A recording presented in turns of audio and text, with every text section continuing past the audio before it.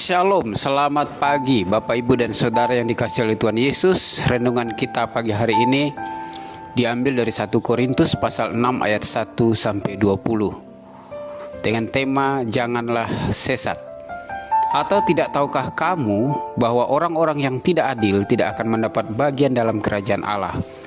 Jangan sesat, orang cabul, penyembah berhala, orang berzina, banci, orang pemburit, pencuri, orang kikir, pemabuk, pemfitnah, dan penipu tidak akan mendapat bagian dalam kerajaan Allah. 1 Korintus 6 ayat 9 sampai 10. Paulus melarang jemaat Korintus sesat. Mereka sudah dipanggil menjadi jemaat Allah atau menjadi gereja Tuhan. Menurut 1 Korintus 1 ayat 2, jemaat ini dikuduskan dalam Kristus Yesus dan yang dipanggil menjadi orang-orang kudus. Mereka ditebus dari dosa dan cara hidup yang lama. Panggilan itu begitu mahal dan menjadi jemaat Yesus Kristus begitu mulia. Ada pepatah lama mengatakan, kita tidak dapat melarang seekor burung terbang di atas kepala kita, tetapi kita dapat melarang burung itu bersarang di atas kepala kita. Kita tidak dapat melarang dosa berkeliaran di sekitar kita. Kita tidak dapat melarang percabulan, penyembahan berhala, perzinahan, banci, pemburit, LGBT, orang kikir, pemabuk, pemfitnah, dan penipu. Dosa-dosa ini akan terus ada di sepanjang zaman. Mungkin sampai dunia berakhir dan tidak ada manusia lagi di muka bumi, barulah dosa-dosa ini berhenti. Tetapi sebagai orang percaya, kita memiliki kekuatan untuk menguasai diri dan menolak perbuatan-perbuatan najis di atas.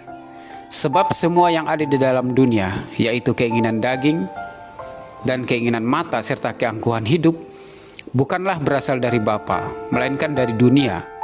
Dan dunia ini sedang lenyap dengan keinginannya. Tetapi orang yang melakukan kehendak Allah tetap hidup selama-lamanya. 1 Yohanes 2 ayat 16-17. Paulus memberitahukan jemaat Korintus agar mereka waspada jangan sampai tersesat.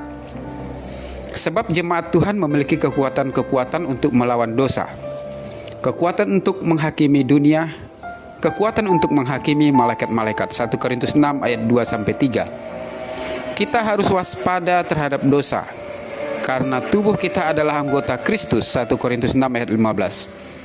Tubuh kita adalah bait Roh Kudus. Roh Kudus diam, tinggal dan menetap di hidup kita. Jangan sampai tubuh kita dicemari dengan dosa. 1 Korintus 6 ayat 19. Mereka yang berserah penuh kepada Tuhan akan mengalami kemenangan terhadap dosa. Berserah penuh artinya kita mematikan keinginan-keinginan yang berdosa di hidup kita. Kolose 3 ayat 5. Karena itu matikanlah dalam dirimu segala sesuatu yang duniawi, yaitu percabulan, kenajisan, hawa nafsu, nafsu jahat, dan juga keserakahan yang sama dengan penyembahan berhala. Dosa-dosa ini apabila dibiarkan terjadi tanpa ada penyelesaian melalui pertobatan yang sungguh-sungguh, akan mendatangkan murka Allah atas orang-orang yang durhaka yang tidak mau bertobat. Kolose 3 ayat 6. Karena kita adalah milik Kristus, Roh Kudus diam di hidup kita. Bahkan tubuh kita adalah bait Roh Kudus. Hidup kita bukanlah milik kita sendiri. Karena itu kita dituntut untuk memuliakan Tuhan dengan hidup kita.